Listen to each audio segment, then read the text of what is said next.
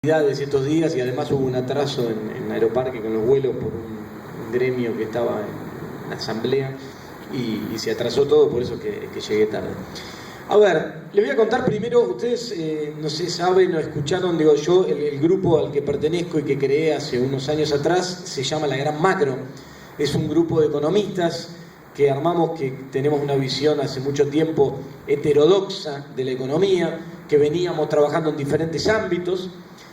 académicos, ¿sí? En los últimos años vinculados con la gestión, asesorando en diferentes lugares del gobierno nacional, y que hace unos años atrás decidimos conformarlo, unirlo a todos estos trabajos que estábamos haciendo de manera más suelta, y generamos esto de La Gran Macro, que empezamos a trabajar en diferentes ámbitos del gobierno y que hoy estamos trabajando activamente dentro del Grupo San Martín y colaborando con Julián Domínguez en temas que tienen que ver con la cuestión económica. Les cuento esto porque recién escuchaba algunas de las cosas que decían y me parece que es muy importante para destacar cuando uno dice qué cambios hubo en los últimos años en materia económica, más allá de poder enumerarlos y cuantificarlos, que ahora un pequeño repaso podemos hacer. Yo creo que uno de los grandes cambios que hubo, y que tiene que ver con el nombre que nosotros le pusimos a la agrupación, tiene que ver con el haber recuperado la idea de que es la política la que marca el rumbo y la economía es un brazo ejecutor de la política. Eso fue un cambio a nivel fundamental, conceptual, filosófico, clave para todo lo que vino después, para todo lo que se llevó en adelante, y creo que es algo que hoy está en riesgo de cara a las cosas que uno escucha del otro lado, de sectores opositores. ¿Por qué? Nosotros, de hecho, el nombre de La Gran Macro tiene que ver con esto, porque, les cuento rápidamente, el nombre lo pusimos porque hay un economista que algunos de ustedes recordarán, un economista del establishment, de la City porteña, que ahora por suerte no se lo escucha mucho, pero que en algún momento andaba dando vueltas por todos lados, que se llamaba Miguel Ángel Broda, en la década del 90, daba vueltas por ahí, y que cuando arranca todo este ciclo él lo llamaba despectivamente a Néstor el Gran Macro, porque la concepción que él representa de esa idea de la economía como algo tecnócrata que se impone, ¿no? Y que viene de alguna objetividad, que vaya a saber uno de dónde viene, y se impone con sus recetas, ¿sí? Que son verdades absolutas, pretenden instalar esa cuestión, lo llamaba despectivamente por este discurso que Néstor Kirchner tenía, que decía mi ministro de Economía voy a ser yo, en esta idea de que va a ser la política la que marque el rumbo, y entonces lo denominaba despectivamente el Gran Macro, y daba charlas y decía, bueno, ahora para entender qué pasa con esto vamos a tener que interpretar qué se le ocurre al Gran Macro el día de mañana. Por eso es que tomamos este nombre para ponerle a la agrupación La Gran Macro, por la vinculación con macroeconomía, que es los temas a los que nos dedicamos, y el tema de tomar el guante de esto que comentaba. Entonces, este es el primer cambio fundamental. La economía, a partir de este cambio fundamental, durante los últimos años, tuvo una serie de logros, pero si me pongo a cuantificar ahora, estaría un tiempo muy largo, ¿sí? En términos de mejoras, bueno, de crecimiento económico, ¿sí? Que fue el país que más creció de la región, ¿sí? Por más que estemos atravesando ahora una coyuntura un poco más adversa, sobre la cual me voy a referir brevemente, pero las tasas de crecimiento que presentó Argentina, la consolidación del mercado interno, el proceso de industrialización, ¿sí? El proceso de redistribución del ingreso, la mejora en términos de indicadores sociales vinculados con pobreza, con indigencia. Digamos, todas esas cuestiones y logros se fueron generando a lo largo de los últimos años como consecuencia de una política económica activa en ese sentido. No son cuestiones que se den en sí mismas, no son casuales. Durante mucho tiempo nos quisieron hacer creer que las mejoras en términos de distribución del ingreso se daban a partir de algo que decían y llamaban el efecto derrame, que era la idea de que la economía se tiene que preocupar por crecer y nada más, y que ese crecimiento al final del camino va a generar mejoras en términos distributivos para todos. Ese derrame no llegó nunca, digo, uno a priori podía entender que no iba a llegar, pero después se comprobó realmente que no llegó nunca, y no solo no llegó, sino que aquellos sectores que en ese momento eran postergados por esa política económica neoliberal, fueron los que más sufrieron al final del camino el golpe de la crisis que generó esa política económica neoliberal. Entonces, todas esas cuestiones son consecuencias de políticas activas, no son casuales, ¿sí? Tienen que ver con decisiones que se fueron tomando a lo largo de todos estos años y que fueron generando una serie de logros, ¿sí? Que de los cuales la ciudadanía se fue apropiando como derechos adquiridos a lo largo del tiempo y que son, desde mi punto de vista, los que hoy están en riesgo de cara al proceso eleccionario del año que viene, cuando uno escucha cuáles son las propuestas que se hacen saber desde sectores de la oposición.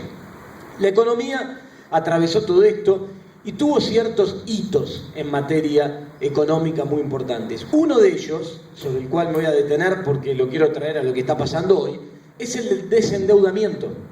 La economía argentina atravesó desde que, cuando Néstor Kirchner toma el poder en el 2003, la economía estaba en default, ¿sí? Venía del default del año 2001, el default más grande del que se tiene conocimiento en la historia de la humanidad. No de la Argentina, de la humanidad, por su volumen y sus características, el default del año 2001 fue el más grande de la historia. Después de años de políticas de sobreendeudamiento, donde se recurría a la deuda y esa bola de nieve de la deuda que pagaba intereses sobre intereses, ¿sí? Y después iba a parar a un gasto público completamente improductivo, porque era un gasto que mayormente respondía a esa carga de la deuda. La estructura del gasto cambió de manera sustancial durante estos últimos años, producto del desendeudamiento. O sea, para poner un número nada más de 7 puntos porcentuales del PBI se lo llevaba la carga de intereses en la década del 90. Y el gasto en educación era de menos de 2% del PBI. Hoy esa ecuación se invirtió completamente. Hoy Argentina invierte en educación más de 7 puntos del Producto Bruto, que es más de lo que invierten los países de más alto nivel de desarrollo catalogados por el Banco Mundial, y destina menos de 2 puntos porcentuales al pago de intereses de la deuda, producto del desendeudamiento, producto de que esa carga de la deuda externa que siempre nos ahogó a lo largo del tiempo, hoy desaparece por este proceso de desendeudamiento. Esto fue una decisión de política económica. Y atrás de esta decisión, ¿qué es lo que hubo como logro más importante? La recuperación de la soberanía económica.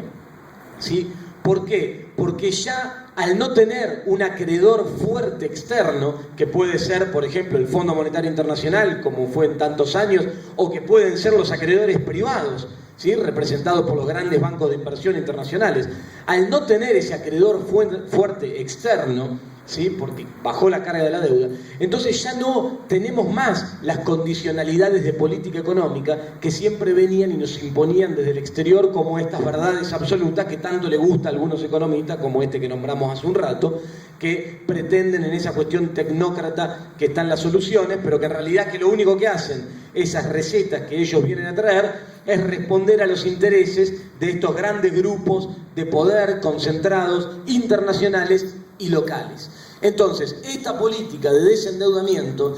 y lo que estamos discutiendo por estos días tiene que ver con esto de los fondos buitres, tiene que ver con esto. Lo que hay atrás de la disputa con los fondos buitres no es solo un negocio multimillonario, que además lo es para los fondos buitres que invirtieron 50 millones de dólares menos y que hoy pretenden cobrar más de 300, 600, una tasa de rentabilidad del 800%, una cosa de loco.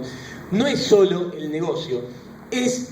algo mucho más profundo. Es que la Argentina, al llevar adelante esta política y al marcar esta independencia en términos económicos, está enfrentando estos intereses desde el punto de vista económico y desde el punto de vista del poder político de estos intereses. Desde el punto de vista económico, porque la forma de financiarse que tienen estos grandes bancos de inversión siempre fue la deuda de los países en desarrollo, de los mercados emergentes que ellos le llaman. Fue esta cuestión de endeudarte y endeudarte y endeudarte y generarte esta renovación de deuda tras deuda creciente y creciente para tenerte siempre atado de la mano y poder imponer sus políticas económicas, que siempre son políticas que van por el lado del ajuste, ¿no? Que es lo que vemos hoy en Europa. No es nada nuevo, digo, lo vimos acá en Argentina en la década del 90, cuando venían las misiones del Fondo Monetario con su maletín,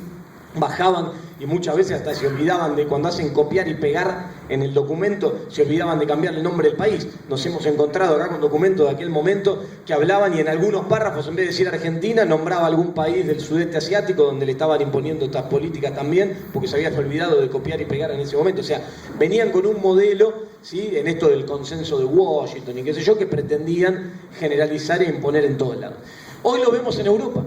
hoy las políticas que se le imponen desde lo que ellos llaman la Troika, el Fondo Monetario, el Banco Central Europeo y la Comunidad Europea, a los países que están en problemas como Grecia, como España, con niveles de desempleo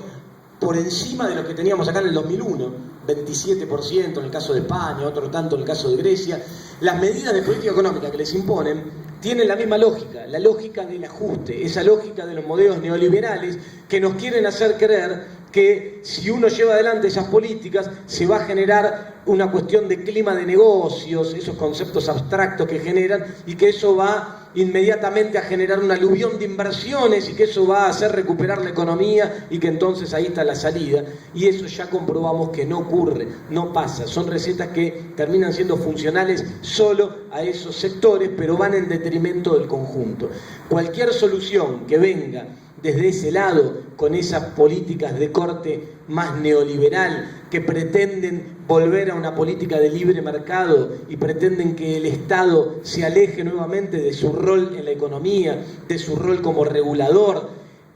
implica en sí misma la pérdida de derechos adquiridos a lo largo de todos estos últimos años. Y eso es lo que estamos disputando hoy en día, en el plano internacional, con la pelea con los fondos buitres, y en el plano doméstico con un montón de caranchos, les llamo yo, que son estos internos que están tratando también de picotear carroña, algunos respondiendo directamente a estos intereses extranjeros y otros jugando su juego acá adentro y tratando de utilizar cuestiones de variables macroeconómicas que a veces enfrentan alguna dificultad en la coyuntura para generar clima de inestabilidad y empezar a presionar en pos de ellos mismos.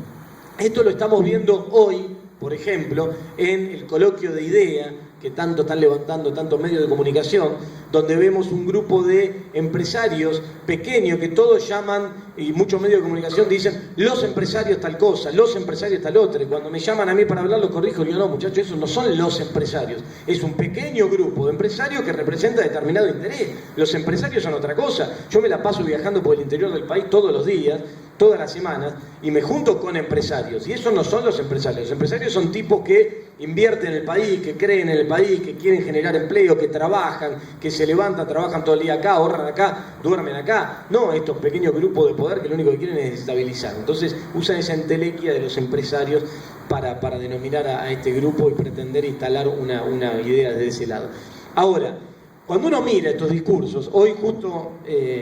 lo hablaba antes de venir para acá, con un compañero, venía en el avión, me crucé con Daddy Brieva y veníamos hablando de estas cosas. Hoy hablaba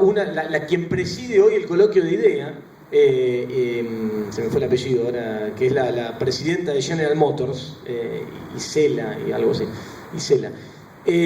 Hoy hizo en un discurso que tuvo, porque preside IDEA, una encendida crítica al gobierno nacional y qué sé yo. General Motors es una empresa que en el 2009 se salvó en Argentina porque ANSES le dio un préstamo para que pudiera fabricar un auto que tenía ya comprometido y lanzado y las matrices para fabricar, para colocar en Brasil y exportar, y no podía hacerlo porque la crisis financiera internacional, consecuencia de políticas neoliberales implementadas en el mundo desarrollado, les había cortado el financiamiento y los dejó a la deriva. Y fue la ANSES, los fondos nuestros propios, después de haber recuperado la caja jubilatoria que estaba en manos privadas, la que ayudó a que la empresa pudiera producir, pudiera aportar, pudiera generar actividad, no hubiera generado problemas en términos de empleo, y hoy critican esta cuestión. Después se devolvió anticipadamente, o sea, la visión estratégica de ANSES cuando se analizó también el proyecto desde el punto de vista financiero fue muy buena porque terminó cancelándose incluso antes de tiempo. Pero digo,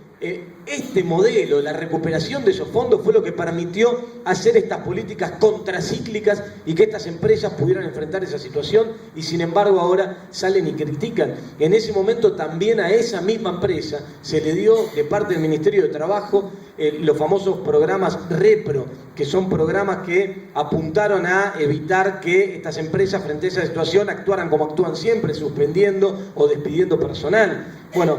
también consecuencia de un modelo económico que permite contar con esos programas y financiar esos programas. Y sin embargo hoy la queja es abierta hacia el modelo económico, hacia el proyecto, hacia el gobierno nacional, y además el eje que atraviesa como común todos los discursos tiene que ver con el tema de la carga impositiva y que hay que recortar impuestos. Cuando pierden de vista que, por ejemplo, todos estos programas son posibles porque el Estado puede financiarse, y el Estado puede financiarse porque cobra impuestos, si no, no tiene forma de financiarse. Y aparte, los impuestos que estas empresas pagan, como impuestos a las ganancias y tantos otros, son impuestos que tienen un sesgo progresivo muy fuerte, ¿sí? Y además, cuando uno mira los números, porque muchas de ellas uno conoce los números y algunos son públicos, ve que los márgenes de rentabilidad son muy atractivos. Entonces vemos que lo que hay por detrás de esto es una queja completamente ideológica. Lo que pretenden es instalar otro tipo de modelos que parece que ven más representados en algunos sectores de la oposición.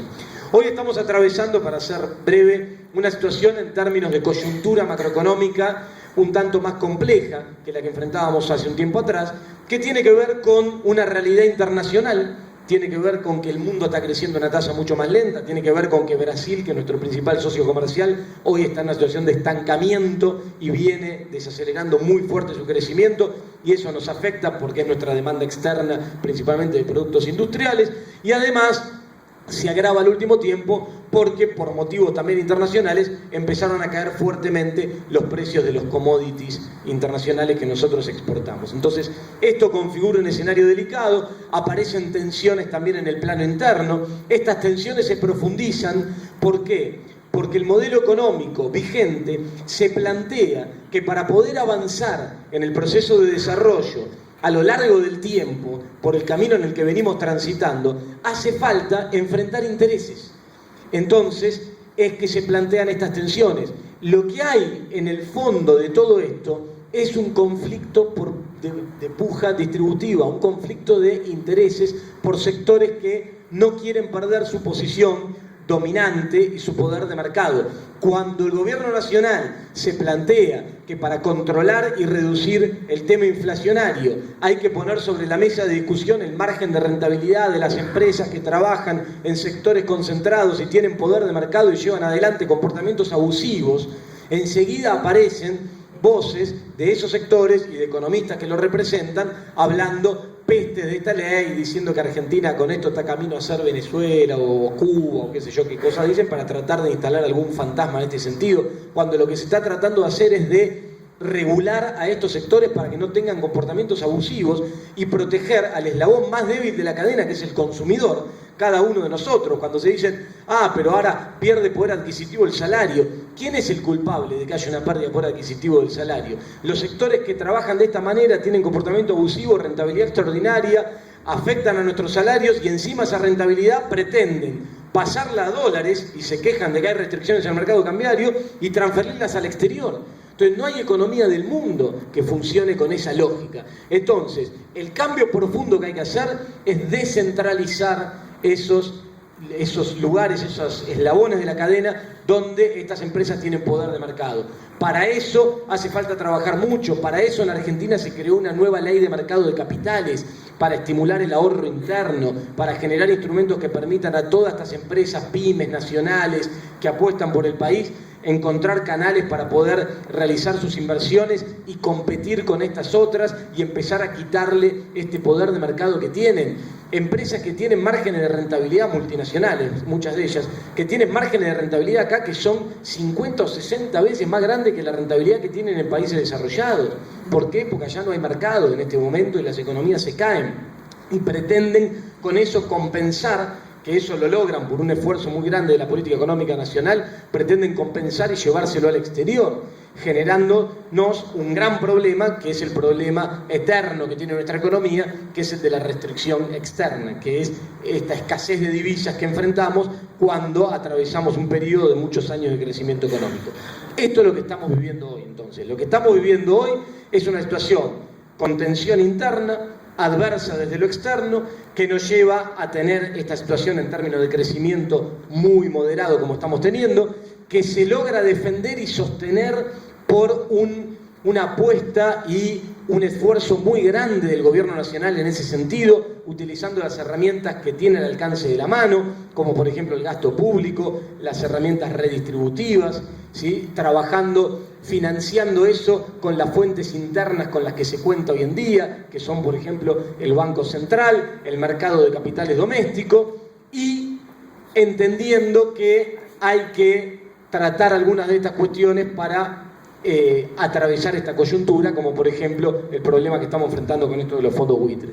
De acá en adelante, las modificaciones que hay que hacer son estructurales. Argentina se tiene que plantear modificar su estructura productiva, sentarse sobre todos los logros y todo lo que se avanzó durante este último tiempo y avanzar, porque es muchísimo lo que falta en términos de esto de industrializar la ruralidad, tan importante para toda esta idea del norte grande, ¿sí? Y de dinamizar el país, no pensándolo de manera centralizada en Buenos Aires, como vino siendo el último tiempo, sino descentralizando. Por eso la propuesta que tiene incluso Julián Domínguez en términos de traslado de la capital tiene que ver con eso. Él desde el Ministerio de Agricultura trabajó mucho en el concepto de industrializar la ruralidad, agregar valor agregado en la producción de las economías regionales, y hacia ahí hay que ir. Pero para eso fue necesario modificar la Carta Orgánica del Banco Central, modificar la Ley de Mercado de Capitales y llevar adelante un montón de políticas que se llevaron estos últimos años, que a veces algunos medios de comunicación parece que no le dan la importancia que tienen. Me parece que lo que hay que entender hoy es que estamos frente a esa disputa, que el cambio que tenemos que hacer es el de pasar de este modelo de crecimiento con inclusión a uno ya de desarrollo con equidad, que todos estos años fueron la primera pata. Un modelo de desarrollo implica mucho tiempo, esta es la primera etapa, ahora viene la otra etapa, pero que si queremos avanzar realmente, romper esta restricción externa, modificar nuestra estructura productiva y no estar enfrentando este problema de escasez de divisas sistemáticamente a lo largo del tiempo, tenemos que enfrentar a estos sectores. No nos podemos permitir que en Argentina, después de todos estos años donde destinamos una parte pero impresionante del presupuesto año tras año a ciencia y tecnología, que nos permitió generar un ministerio de ciencia y técnica, un montón de proyectos que hoy están dando vueltas y que nos permitió hace unos días atrás lanzar un satélite al espacio de producción nacional, que hoy estemos en esa situación con mercados como por ejemplo el de, no sé, el dentífrico o el de los desodorantes, manejado por una empresa multinacional que viene, nos copa el mercado y en vez de cobrar lo que debería cobrar ese producto, lo cobra 30 veces más porque se quiere apropiar del excedente de cada uno de nosotros como consumidores. Bueno, eso hay que romper. Si pudimos lanzar un satélite al espacio, no podemos nosotros empezar a descentralizar y generar productores locales de un montón de productos que tenemos de consumo interno. Sobre eso hay que trabajar, sobre sustitución de importaciones y sobre modificar nuestra matriz productiva para que la exportación empiece a tener cada vez más participación de manufacturas de origen industrial con valor agregado, ¿sí? Y en lugar de productos primarios. Mucho se avanzó, somos de los pocos países de Latinoamérica que no reprimarizó sus exportaciones, pero hacia ahí hay que avanzar. Yo creo que ese es el camino, creo que es un camino muy arduo, creo que el escenario que se nos plantea político de cara al año que viene es muy importante porque corremos el riesgo de volver a lo que se denomina el péndulo argentino y a que si confundidos por alguna coyuntura algunos sectores acompañan alguna propuesta que no tiene que ver con estos grandes lineamientos, corremos el riesgo de retroceder muchos casilleros para atrás y perder muchos de los derechos adquiridos y los logros que se llevaron adelante todos estos últimos años. En este sentido y para lo que viene, que hace falta una cuestión más de diálogo con muchos sectores, de incorporar, traer y generar política industrial direccionada, ¿sí? A la vez que hay que seguir sosteniendo la demanda, empezar a trabajar sobre la oferta. En ese sentido, con la importancia que tiene la descentralización de Buenos Aires, el desarrollo del norte grande, la industrialización de la realidad y todo, de la ruralidad y todos estos conceptos, creo que la figura de Julián Domínguez es clave para poder llevar adelante todo este proceso que Argentina tiene que enfrentar de acá en adelante, y por eso que dentro del Grupo San Martín estamos trabajando activamente desde nuestro aporte, que es la economía,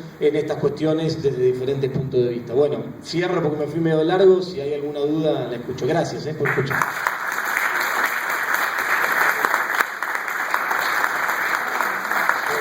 Buenas tardes, yo soy Juan Roy de Formosa.